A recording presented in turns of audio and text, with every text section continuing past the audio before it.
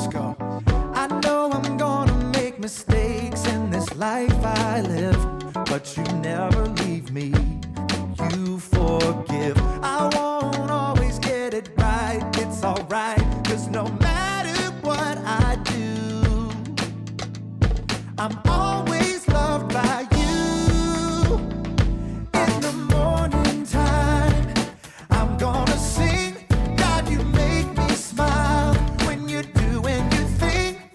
I'm thankful for the way you set me free, and all of the ways that you love me. I know I'm gonna make mistakes in this life I live, but you never leave me. You forgive. I won't always get it right. It's alright, 'cause no matter what I do, no matter what, I'm always loved by you. In the morning time, I'm gonna sing. God, you make me smile when you're doing your thing. I'm thankful for the way you set me free, and all of the ways that you love me. In the morning time, I'm gonna sing. God, you make me smile when you're doing your thing. I'm thankful for the way you set me free, and all of the ways that you love me. Let's take 'em to the bridge. God, you're never giving up on me. God, your love is all I'll ever need. You're all that we need. In the morning time, I'm gonna sing. God, you make me smile when you're doing your thing. I'm thankful for the way you set me free, and all of the ways that you love me. In the morning time, I'm gonna sing. God, you make me smile when you're doing your thing. I'm thankful for the way you set me free. Yes, we are. And all of the ways that you love me. I'm thankful for the way you set me free. And all of the ways that you love me. Sing it again. And all of the ways that you love me.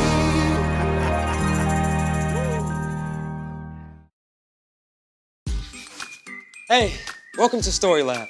This week we're talking about forgiveness while we take a look at the story of someone who totally missed the point.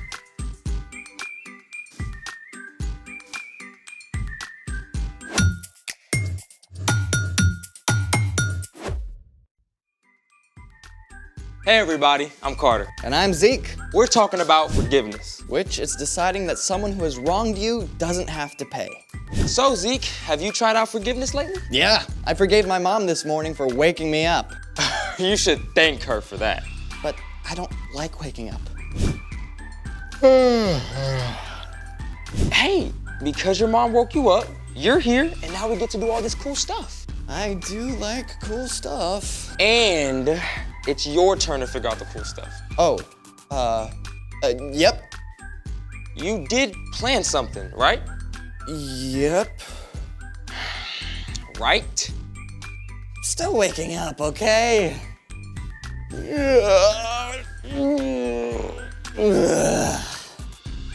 You know, you could just drink coffee.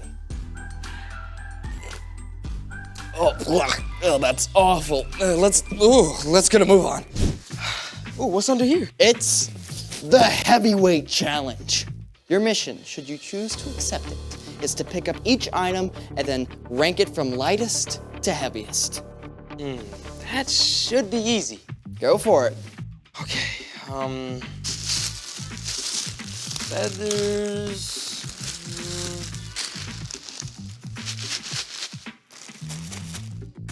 Okay, the Rice Krispies are heavier, I think.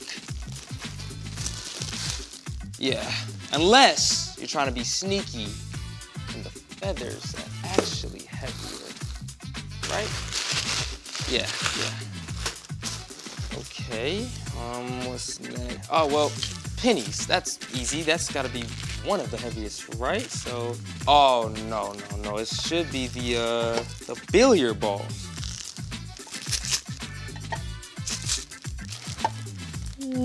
Yep, the billiard balls, yeah. Pennies, put them right here. The bread and... There. Final answer. Final answer. How confident are you? Very confident.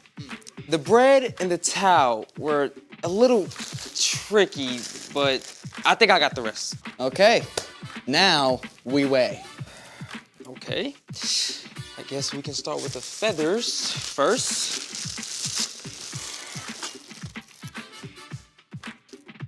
Oh, okay, so 1 pound of feathers. Let's go with the Rice Krispies next. Yes.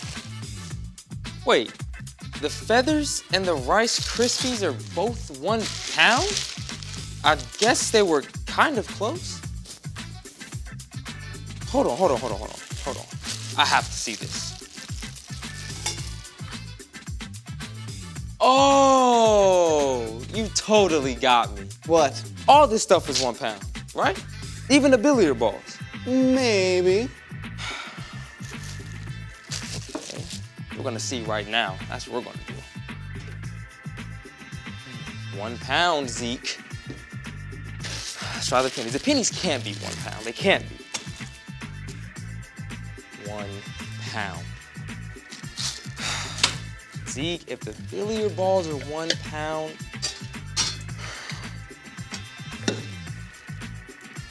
what? How does all this stuff weigh the same? Congratulations! You have discovered the size-weight illusion! This is the phenomenon in which the smaller of two equally heavy objects is perceived to be heavier than the larger object. So, a pound of pennies, or billiard balls, or even bricks will always feel heavier than a pound of feathers? Even though they weigh the same. Mind blown. Today's story might blow your mind too. It's time for The story before the story. Today we're in Matthew, the first book in the New Testament. But before Matthew, in the very beginning, out of a deep, deep love, God made an amazing world. But when people turned away from God, the world was broken. God made a plan to draw people back into relationship. So at the right time, God sent a tiny baby to be born in the small town of Bethlehem. God's very own son, Jesus. When Jesus grew up, he began to travel from town to town, teaching and healing. Often, when Jesus taught, he spoke in parables or stories, using everyday things to help people understand spiritual truths. Which is where our story starts. Take it away, Brian. Hey everyone, I'm Brian.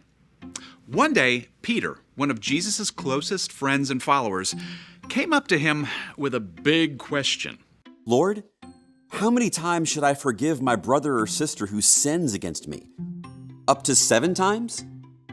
Now, Peter may have been giving himself a pat on the back here. Hey, look at what an awesome person I am, forgiving more than once. But Jesus wasn't impressed with that. I tell you, not 7 times, but 77 times. Jesus knew that Peter and his other friends weren't really getting the point. So, Jesus used a story to make it clear.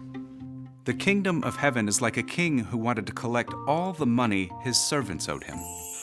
Who owes the most money to the royal treasury? That would be Amos. How much does he owe? 10,000 bags of gold. 10,000 bags of gold? 10,000 bags of gold. Bring him to me this instant. The servant who owed 10,000 bags of gold was immediately brought before the king. You owe me 10,000 bags of gold. Pay up. I don't have it. You don't have it. I don't have it. Guards, sell this man and his whole family to work until they can pay back every cent. No! Please, just give me a little time. I'll pay back everything. Okay, now come on, let's be real. There is no way that the servant would be able to pay off 10,000 bags of gold, even if he worked his whole life. The servant knew it. The king knew it. And he felt sorry for the man. All right. I forgive you. You forgive me? I forgive you. You don't have to pay a cent. The servant was so amazed and overjoyed that he left the palace leaping and dancing.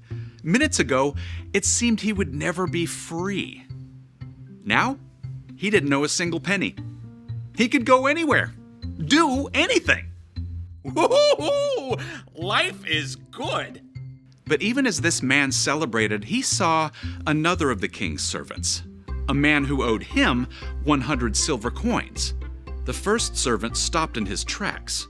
Hey, you owe me 100 silver coins. Yes, I do. I don't quite have it all.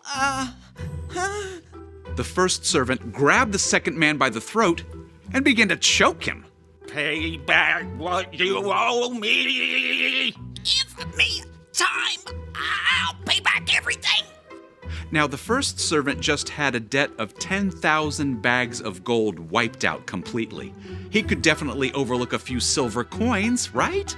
Well, you'd think. Instead, the first servant had the second one thrown in prison until he could repay the whole debt. Some of the king's other servants saw what happened, and boy, were they steamed about it. They went immediately to the king and told him the whole story. Bring him to me. Hey, Your Majesty. You evil servant. Ooh, a little harsh. I forgave all that you owed me because you begged me to. Shouldn't you have had mercy on the other servant just as I had mercy on you? That's a great question. The king was so angry that he had the servant thrown in jail, sentenced to stay there until he paid back every penny. Jesus finished his story. This is how my Father in heaven will treat each of you, unless you forgive your brother or your sister from your heart. Peter and the others were silent as the truth of Jesus' words sunk in. Forgiveness isn't something you can put limits on. God has forgiven each of us more than we will ever know, so we can pass on that same forgiveness to those who wrong us too. The end. That is crazy. I mean, how did the first servant not get it? Yeah, that's the big question. It seems so obvious to us, but we can be like the first servant sometimes too. So, what's our part in the story? Well, it's easy to think of yourself as a pretty good person, you know? Yeah, I mean, I've never robbed a bank or laundered money for the Italian mafia because they have my goldfish hostage or anything like that. Exactly. But truth is, we've all done wrong things, and those wrong things hurt others. Even more importantly, they break our relationship with God. Every wrong thing we do is a sin against God, and they add up big time. But God forgives us of everything. Because of Jesus, God wipes away the weight of all those wrong things we've done the very moment we ask. And because we've been forgiven so much, we can forgive others. Yeah, and when your dad has to work late instead of playing basketball like he promised, you can forgive him. When someone shoves in front of you in the lunch line, you can forgive them. Or when your friend wrecks your new bike, you can forgive him. There are times someone will hurt you in a really big way, something that may seem impossible to forgive. But forgiving someone does not mean that what they did was okay. And it does not mean that you let them keep hurting you. That's right. Forgiveness isn't just for them. It's for you. It frees you from carrying the weight of bitterness. It means you're letting God deal with what they did. And it may be really hard, but with God's help, we can forgive anyone. I think you got it. Now forgive me, because I gotta go. See you next time. So, here's the thing. Forgive others because God forgives you. Forgiving others can make you feel as light as a feather. Hey, check this out. Ooh, very pretty. Now, how much do you think it weighs? A cloud? They look so light and fluffy, but they're really big. I don't know. How about a pound? Good guess. How about 1,000,000,004,000,000 pounds? Okay, no way. Yeah, seriously, for real, yeah. I can't even wrap my brain around that. Thanks for joining us in the Story Lab. See you next time.